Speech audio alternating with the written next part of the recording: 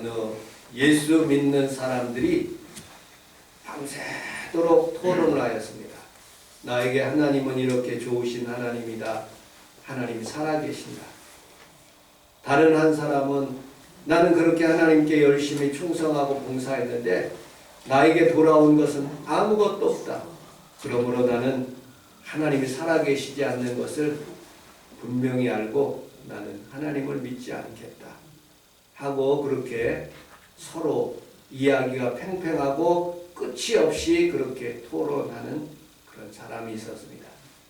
그 대표적인 사람이 키에르케고라는 사람이고 니체라는 그런 사람입니다. 먼저 니체라는 사람과 함께 살펴보도록 하겠습니다. 이 사람 무신론적인 실존주의자입니다. 신은 죽었다. 그 의미는 신은 없다는 뜻이 아닙니다. 신은 무용지물이다. 목사님의 아들로 태어나서 얼마나 어린 시절에 성경을 박식했는지 창세기서부터 계시록까지 외울 정도로 성경에 대해서 아주 박식한 그런 사람입니다. 성경을 아주 잘 강론하고 그리고 또 아주 성경에 대해서 잘 외우는 그런 사람입니다. 그런데 그렇게 예수님을 믿는 그런 사람들의 마음속에는 다 예수 믿는 사람들은 거짓말장이다. 복수할 수 없으니까 용서해야 된다. 성도들은 비굴하다. 그렇기 때문에 성경에서 겸손한다. 자기가 두려우니까 원수를 사랑한다. 그렇게 이야기하는 사람입니다.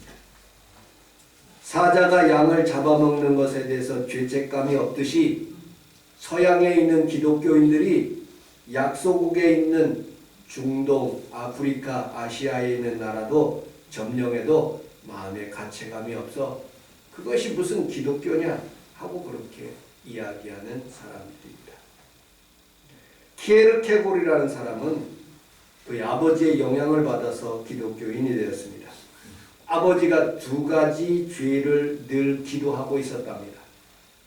그는 가난한 시절에 하나님을 그렇게 저주하고 원망했는데 하나님 자기에게 복을 주셔서 그에 대해서 회개를 계속했답니다. 그리고 아내와 같이 살다가 아내가 갑자기 죽어버린 거예요.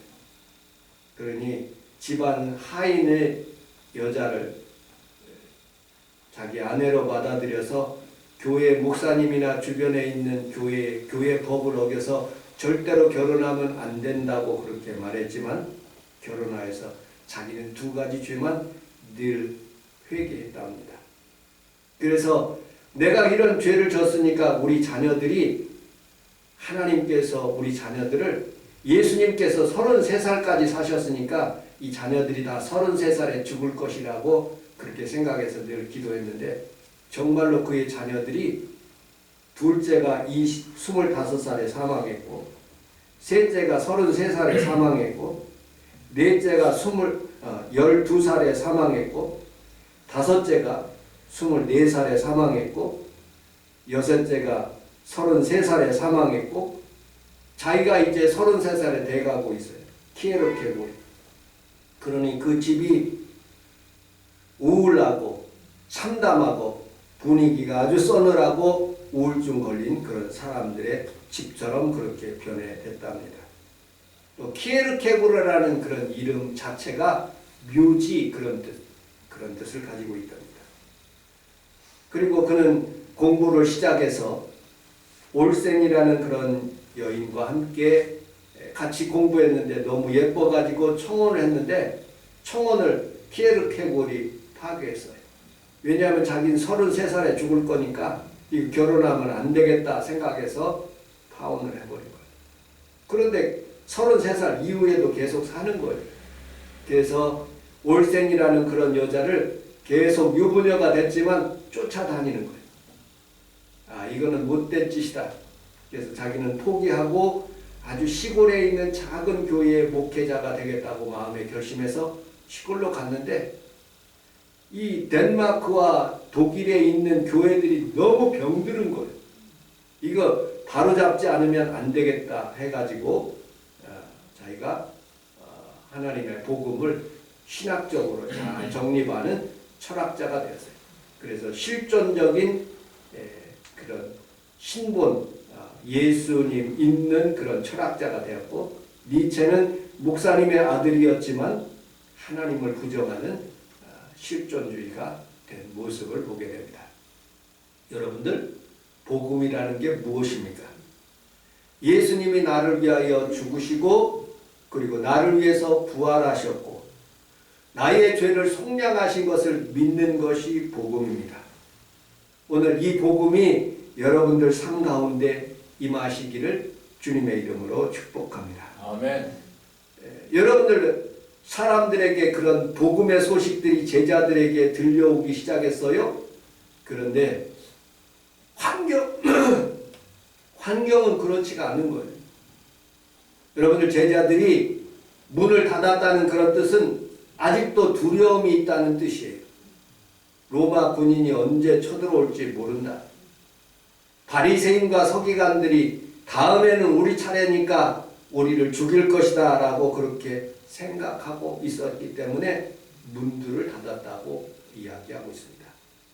복음은 우리 주님께서 우리에게 주실 때 담력을 주시고 또 능력을 주시고 세상을 이길 힘을 주시지만 마귀는 우리에게 무서움을 주고 안 된다고 하고 부정적인 환경을 만들어주기 때문에 사람들이 자꾸 타락하며 세상을 살아가는 것이죠. 자, 오늘 부활하시고 난 뒤에 우리 주님께서 제자들에게 큰 힘과 용기를 주시고 평강을 주신 것처럼 우리 사랑하는 성도들 그리고 우리 대한민국에 있는 모든 성도들에게 하나님께서 두려움이 물러가고 하나님의 평강이 넘쳐나기를 주님의 이름으로 축복합니다. 아멘. 첫째 19절을 같이 한번 읽어보도록 하겠습니다. 19절 우리 같이 읽도록 하겠습니다. 시작. 이날 곧 안식구 첫날 저녁 때 제자들이 유대인들을 위하여 모인 곳에 문들을 닫았더니 예수께서 오사 가운데 서서 이르시되 너희에게 평강이 있을지어다. 아멘. 우리 함께 따라하겠습니다. 두려움아 물러가라. 두려움아 물러가라. 아멘. 여러분들 세상에 있는 사람들은 살아가면서 늘 두려움, 질병이 두려움을 가지고 삽니다. 또 우리나라가 어떻게 될까 그렇게 두려움을 가지고 삽니다. 경제적인 그런 두려움도 있습니다. 미래에 대한 그런 두려움도 있습니다. 자녀에 대한 그런 두려움도 있지요. 마치 예수님의 제자가 부활의 주님이 나타나셔서 그들과 함께하고 있는데도 그들은 문을 여러 개 닫았다는 그런 뜻이죠. 문들을 닫았다라고 표현하고 있습니다. 문들이 계속 닫혀있는 상태, 헬라어 표현으로 보면 문들이 계속 닫혀있는 그런 상태. 예수님은 부활하셨는데 그들의 마음속에는 아직도 부활의 주님이 없는 거예요. 우리 사랑하는 귀한 성도들에게 오늘 우리 주님이 이 자리에 우리 성원 순복음교회 이 자리에 서 계셔서 영적으로 예배드리는 귀한 성도들이 다 되시기를 주님의 이름으로 축복합니다. 아멘. 그때 우리 주님께서 이렇게 말씀하십니다. 21절을 같이 한번 읽어보도록 하겠습니다. 21절 시작. 예수께서 또 이르시되 너희에게 평강이 있을지어다. 아버지께서 너를 보내신 것 같이 나도 너희를 보내라. 아멘. 좌우에 있는 분하고 그렇게 인사하도록 하겠습니다. 평강이 있을지어다. 평강이 있을지어다. 아멘. 우리 아들 이름이 홍평강입니다. 의술이 발달하기 전에 한 주 전에 우리 평강이 엄마하고 얘기했던 거예요. 엄마가 그렇게 평강아 너하고 나는 옛날 사람이라면 옛날에 태어났으면 너 죽었어. 왜냐하면 제왕절기로 낳았기 때문에. 언제 낳냐고 물었지만 언제 난 그런 시간을 얘기해 주면서 평강이하고 그런 얘기를 한 모습을 보게 됩니다. 이 제왕절개라는 것은 황제들이 기원전 7세기에 그 카이사르 황제 때부터 황제령으로 제왕절개를 명명해서 그게 제왕절개가 되었답니다. 산모가 아이를 낳다 죽자 그 산모는 죽었으니까 그 아이를 살리는 마음으로 그 배를 갈라서 아이를 끄집어냈다. 황제 절개 수술이라는 그런 뜻입니다. 그 독일어로 카이저 그 왕 이름이에요. 그 다음에 슈미트 그런 이름을 가지고 있습니다. 제왕 절개 수술. 우리 평강이도 살고 우리 사모도 살았습니다. 그래서 우리 평강이가 나올 때 황달이 있었고 여러 가지로 불안한 그런 상태에서 제가 부교육자 시절에 평강이를 낳았는데 달려가서 우리 사모의 말에 의하면 사모가 죽을 것 같으니까 제가 평강이를 안고 우리 둘이 어떻게 사냐 엄마 살려달라고 기도하자 하고 그렇게 기도했대요. 어쨌든 그렇게 이름이 생각나는 이름이 있었어요. 아, 예수님께서 평강이 있을지어다. 평안하고 강건했으면 좋겠다. 우리 아들이 황달도 없어지고 건강하게 살아라. 그런 의미로 그렇게 이름을 붙여줬어요. 아브라함이 아브라함으로 바뀐 것처럼 우리 평강이가 그 이름을 부르면 건강하게 되겠다 하는 그런 믿음이 생긴 거예요. 아멘. 그래서 그 아들 이름을 계속 평강 불렀는데 얼마나 건강한지 씩씩하고 맞아온 적은 한 번도 없는 것 같아요. 다른 애를 때리는 경우는 있을 수 있지만 맞아온 경험은 없는 것 같아요. 건강하게 또 하나님께서 그에게 어떤 용기와 힘을 주셔서 도전하는 그런 마음도 있더라고요. 나는 잘 못 가는데 자기가 미국에 가겠다는 거예요. 그래서 미국에서 열심히 물질 벌어가지고 반절은 우리 교회 11조 하고 반절은 자기가 다니는 베델교회에다가 11조 한다고 그렇게 얘기하더라고요. 어쨌든 감사할 일이죠. 여러분들의 가정에도 건강하시기를 주님의 이름으로 축복합니다. 아멘. 이스라엘 사람들에게는 이 평강이라는 단어가 사무치는 은혜의 단어예요.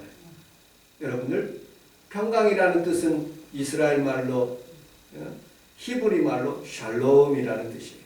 우리 좌우에 있는 분하고 그렇게 인사하도록 하겠습니다. 샬롬 하세요. 샬롬. 이스라엘의 인사가 샬롬인 거예요. 왜 샬롬이냐? 이스라엘이라는 나라가 있으면 북쪽으로는 로마가 있고 밑으로는 이집트가 있고 옆으로는 바벨론이라는 큰 나라가 있는데 노상 쳐들어오는 거예요. 우리나라보다도 훨씬 더 고통을 받은 민족이에요. 그러니 아침에 일어나면 언제 전쟁이 날지 모르니까 그 인사가 그러는 거예요. 평강, 샬롬, 그게 인사예요. 우리나라는 워낙 배고프니까 긴지 잡수셨어요? 긴지 잡수셨어요? 안녕하셨어요? 그하고 같은 의미예요. 여러분들, 우리는 살아가면서 이처럼 불안한 세대에 살고 있지만 여러분들의 삶 속에서 우리 주님께서 우리 성원순복음교회 많지는 않은 성도지만 이 안에 나타나셔서 종과 여러분들의 삶 속에서 평강이 있을지어다. 아멘. 그런 은혜가 있기를 주님의 이름으로 축복합니다. 아멘. 우리 로마서 1장 17절을 같이 한번 읽어보도록 하겠습니다. 로마서 1장 17절 시작. 복음에는 하나님의 의가 나타나서 믿음으로 믿음에 이르하시니 기록됨과 오직 믿음으로 말미암아 살아나리라. 두려움을 없애주는 것이 믿음이에요. 아멘. 불안에 떨고 있는데 우리 주님께서 나타나셔서 너희에게 평강이 있을지어다 하고 복음을 말씀하시며 우리에게 믿음을 주셨어요. 아멘. 참 귀한 단어예요. 믿음의 믿음을. 우리가 예수님을 믿으면서 그 믿음을 통해서 하나님에 대한 살아계심을 믿고 복음에 대한 그런 믿음을 믿으면 믿음의 믿음으로 우리가 더 좋은 것을 얻을 수가 있다고 말씀합니다. 그래서 오직 의인은 믿음으로 말미암아 살리라. 아멘. 이게 마틴 루터의 종교개혁의 시발점이 된 거죠. 오직 의인은 믿음으로 말미암아 살리라. 우리 함께 따라서 하겠습니다. 배짱으로 삽시다. 배짱으로 삽시다. 주저하지 맙시다. 주저하지 맙시다. 여러분들 믿음 있는 사람들은요 환경에 조금 불안할 수가 있어요. 돈 있는 사람들이 가장 두려워하는 게 전쟁이 일어나는 거예요.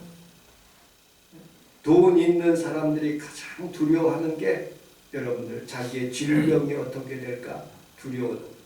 그런데 믿음은요, 믿으면 전쟁이 일어나도 하나님이 지켜주신다. 아멘. 여러분들 우리는 하나님 앞에서 질병이 다가올지라도 원심하게 질병은 떠나간다. 아멘. 주저없이 믿는 거예요. 아멘.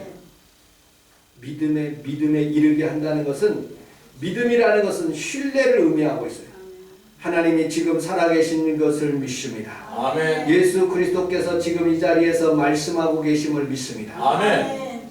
하나님의 말씀으로 천지가 창조된 것을 믿습니다. 아멘. 동정녀 마리아에서 예수 그리스도께서 출생하신 것을 믿습니다. 아멘. 부활을 믿습니다. 아멘. 그 신뢰가 바로 믿음인 거예요.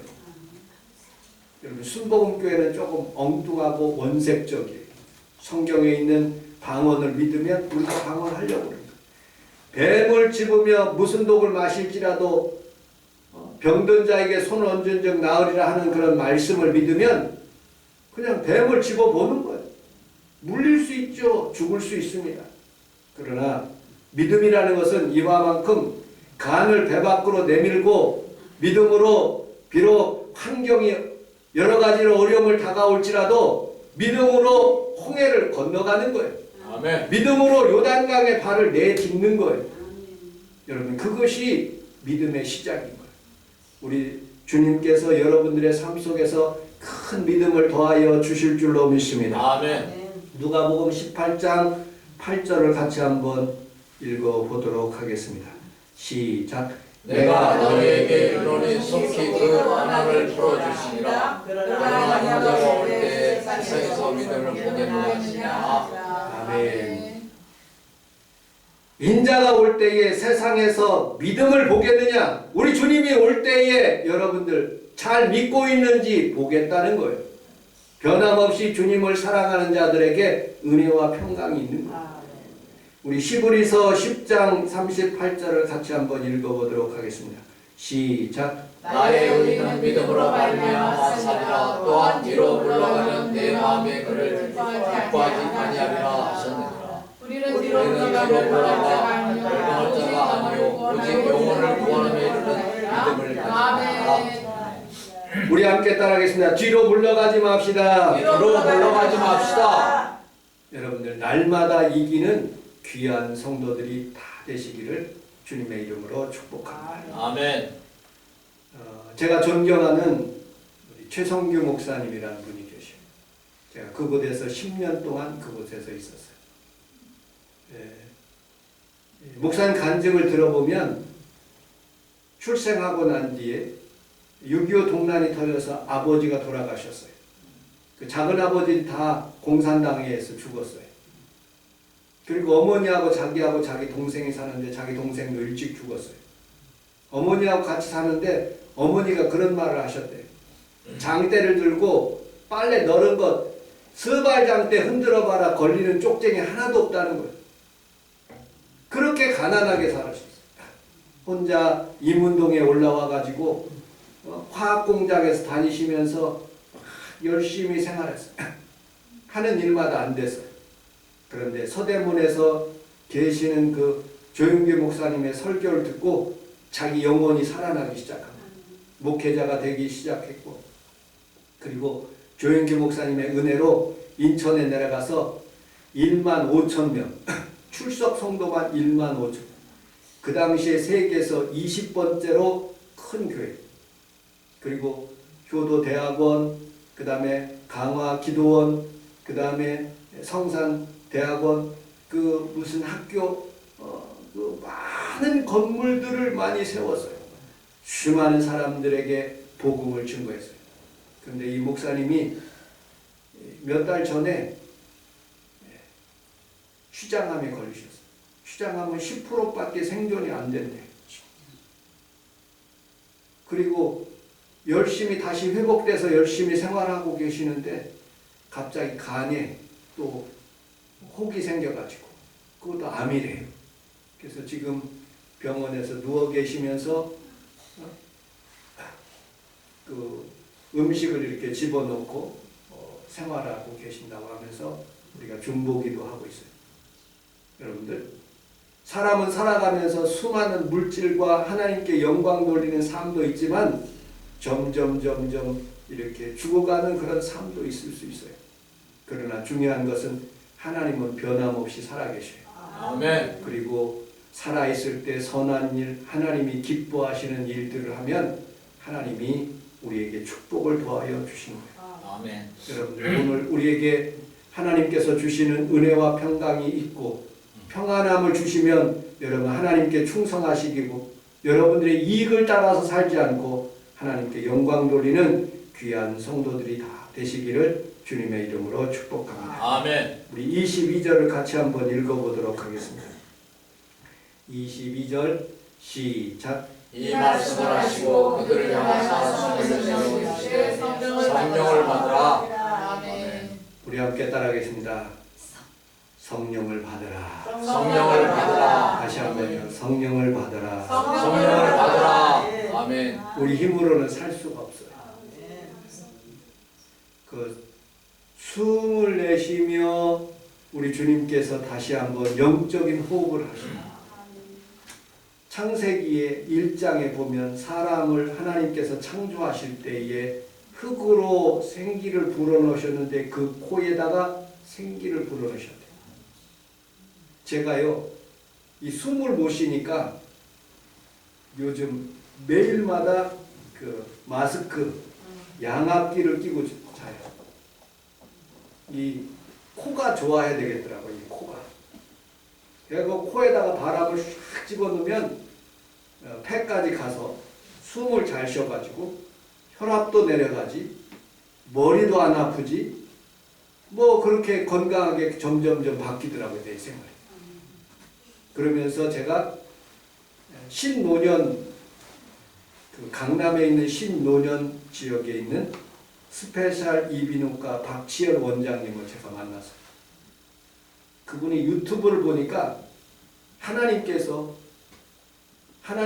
천지를 창조하시고 사람을 만드시면서 생명을 불어넣으셨는데 예수님께서도 부활하시고 난 뒤에 성령을 받으라고 말씀하시고 자기는 의사로서 사람들의 코를 연구하고 코를 통해서 생기를 불어넣는 그런 역할을 하겠다고 그렇게 마음에 결심해가지고 얼마나 열심히 치료를 하시는지 몰라요. 병원에 가보니까요, 코만 담당해. 다른 거 안 해. 코만, 이비인후과인데 코만 담당. 그런데 아주 빌딩을 세워놨어요. 빌딩 각 층마다 올라갈 때마다 성경 구절을 거기다 써놨더라고요. 예수 믿는 그런 아주 잘 믿는 그런 의사 선생입니다. 그러면서 저에게 아이고 코 수술 안 하셔도 되겠어요. 이 정도면 충분히 살아갈 수 있습니다. 하고 그렇게 권면하더라고요. 어쨌든 우리 하나님께서 여러분들에게 생기를 불어넣어요. 성령을 여러분들에게 부어넣으셔서 하나님의 놀라우신 은혜와 은총이 있기를 주님의 이름으로 축복합니다. 아멘. 그런데 악령이 내 마음에 들어오면 이렇게 될 수 있어요. 베드로의 예를 들어보겠습니다. 주는 그리스도여 살아계신 하나님의 아들이시니이다 하고 고백했어요. 근데 우리 주님께서 십자가를 지셔야겠대요. 주님 그렇게 하지 마시옵소서. 주님 결단코 주님께 이런 일을 미치지 아니하리라. 내가 쫓아가서 주님 잘 보호하겠습니다. 그렇게 하는 거예요. 네, 베드로에게 예수님께서 사탄아 물러가라. 너는 나를 넘어지게 하는 자로라. 하나님의 일을 생각지 않고 도리어 사람의 일을 생각하는도다 하시면서 베드로를 책망하셨어요. 여러분들, 사람들은 살아갈 때마다 어떻게 보면 예수 믿는 사람들은 하나님 중심으로 주는 그리스도여 살아계신 하나님이라고 고백할 수 있어요. 근데 환경이 조금 안 좋고 내 십자가를 당하게 되고 여러 가지 물질적인 어려움이 내가 고통받을 때 내가 교회로부터 여러 가지 이렇게 힘듦을 당할 때 싹 피할 수가 있는 거예요. 그런데 우리 주님께서는 오늘도 생기를 불어넣으셔서 성령을 불어넣으면 이 모든 것을 우리에게 이기게 하시는 거예요.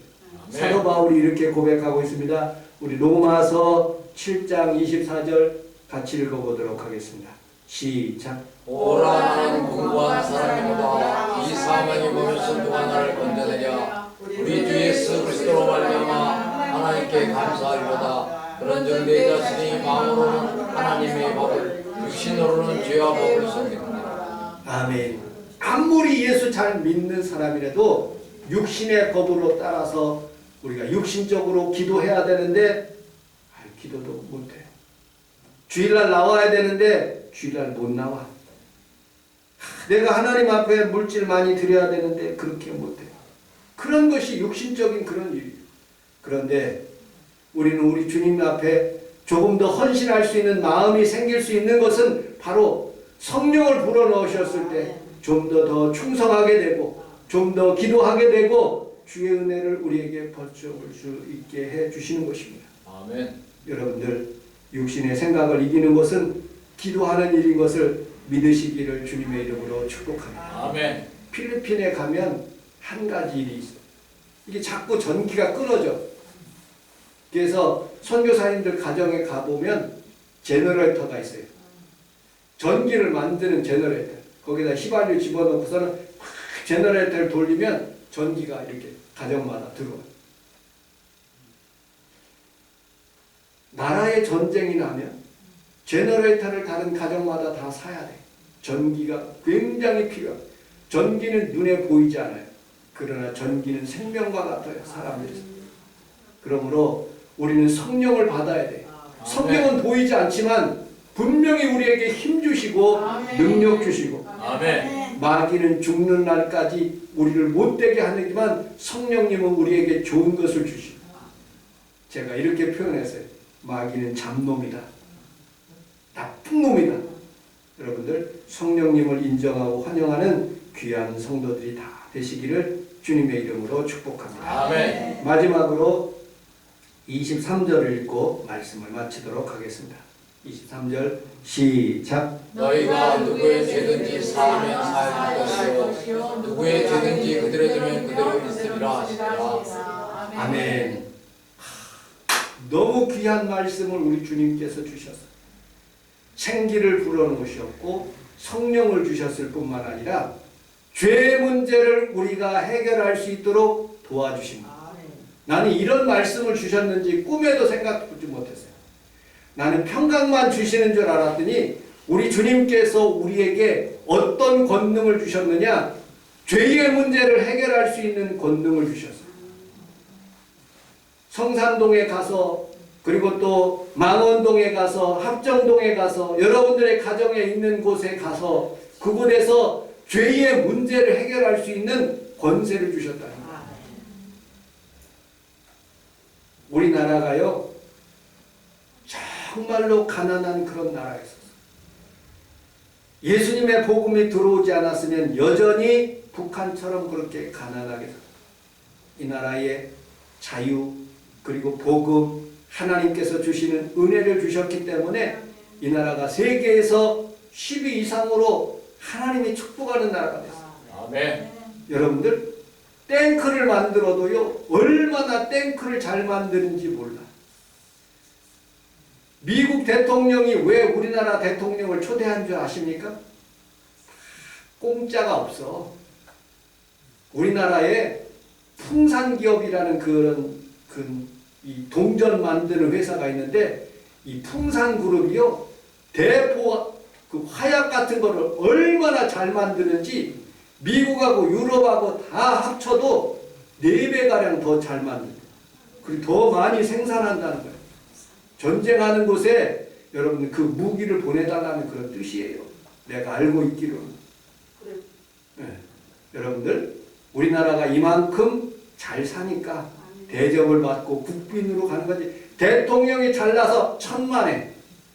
여러분들 하나님의 은혜로 우리나라가 이렇게 큰 소리도 칠 수 있고 은혜를 나눌 수가 있는 거예요. 아멘. 꼬임을 받는 그런 나라에서 꾸어줄 수 있는 나라가 되는 거죠. 그것이 바로 복음인 거예요. 우리를 위해서 죽으신 예수 그리스도를 그러니까 믿고 나는 죄사함 받았으니 나도 다른 사람에게 죄사함 할 수 있는